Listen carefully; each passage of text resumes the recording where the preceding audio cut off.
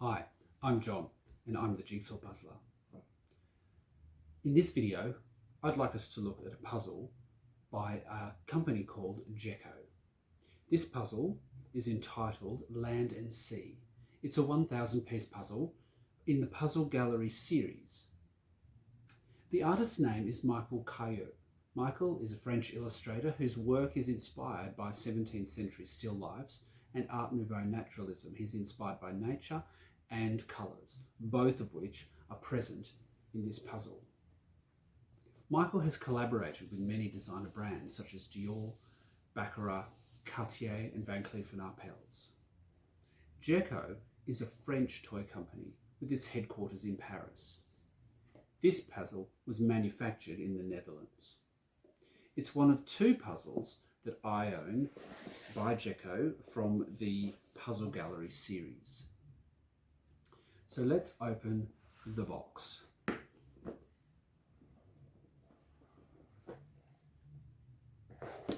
Inside the box, pieces and nothing else. If we look on the back of the underside of the box, it says puzzle and poster. The poster is missing. If we have a look at the other Djeco puzzle, you'll see that the poster is present. And if I were to unroll that, it's a full-sized poster of the puzzle itself, which makes doing the puzzle a lot easier than just following it on the box. So there is no illustration on the top of the box that covers the entire image. This is only part of the image. It does wrap around to the four sides, so you do get a little bit more of the image, but you don't get the whole picture. On the bottom of the box is a very small illustration of the whole picture. So without the poster, that is the only reference image that I have. However, if we look at the picture, we can see that there are very distinctive components to this illustration. We have a fish here, we have a flying fish, we have red plants, we have yellow plants, we have a frog. If we turn it sideways, we have this large crocodile, we have the shell, and in keeping with the land and sea theme, the plants, the marine life, I think it would be possible to do this puzzle without the poster. I know that it's been done before. I have a puzzle partner, one of my daughters, and she has done this puzzle entirely on her own without the poster. So I know that it is possible. So we're going to do a time lapse of this puzzle like we have with other puzzles, just to see how it goes together, how well it goes together, and what the final image looks like. And after the time lapse, I'll make some comments about the quality of the puzzle itself and about the image. So we'll get our sorting trays. We'll open the bag.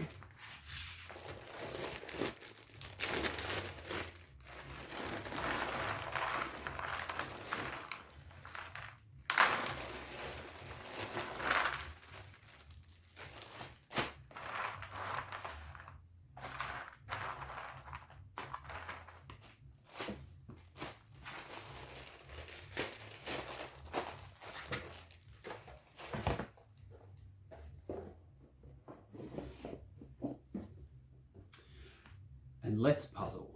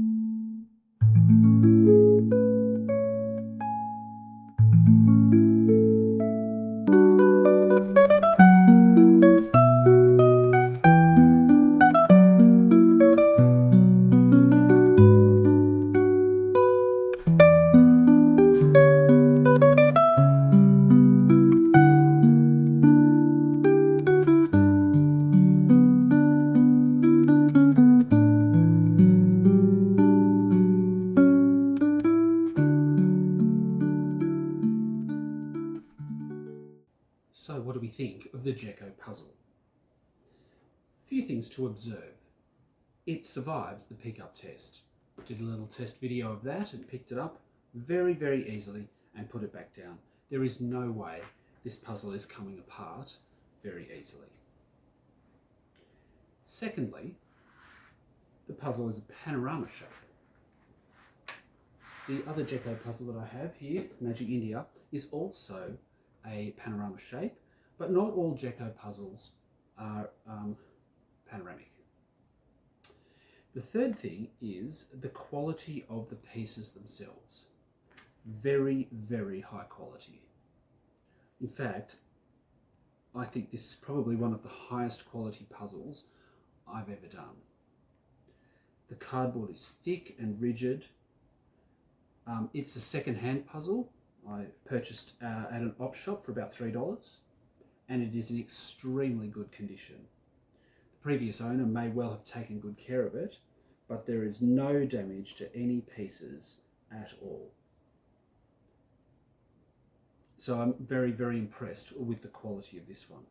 If we turn it over and look at the back, which we did with the previous puzzle, we can see that there is a little bit of damage on the back, a few little tears and bumps and nicks and things, but on the whole, it's a really high quality puzzle. I would recommend this brand. Right. What else do we notice? Well, one of the things I noticed straight away was that this has got to be the glossiest, shiniest puzzle surface I have ever encountered. Ever. Most puzzles are maybe slightly shiny or have matte surfaces, but this is high gloss, which means doing it under lights or with overhead lights with light coming in through a window could potentially be a problem for actually seeing what is on the pieces. But that didn't put me off from doing it. And then lastly, I want to talk about the image quality. The quality of this image is really, really good. It's an artistic work. It's not photographed. There are no photographed elements in it. And they are a combination of sea creatures and land creatures, hence the theme land and sea. So we've got prawns, shells, a clam, crocodile, fish, quite a few fish. Even in the background are corals and seaweeds and water plants. There's this large box jellyfish or some sort of stinger. And then there are the land plants. There's a bird there, there's a bird there, and an owl there, frog, little tiny insects. There are two ladybugs here. There are sort of wasp looking things here. There's a grasshopper and little flies, little tiny daisies, butterflies, two butterflies there, and there's one over here as well. This beautiful collage, this beautiful mixing of sea creatures and land creatures, and it really is a stunning puzzle to do.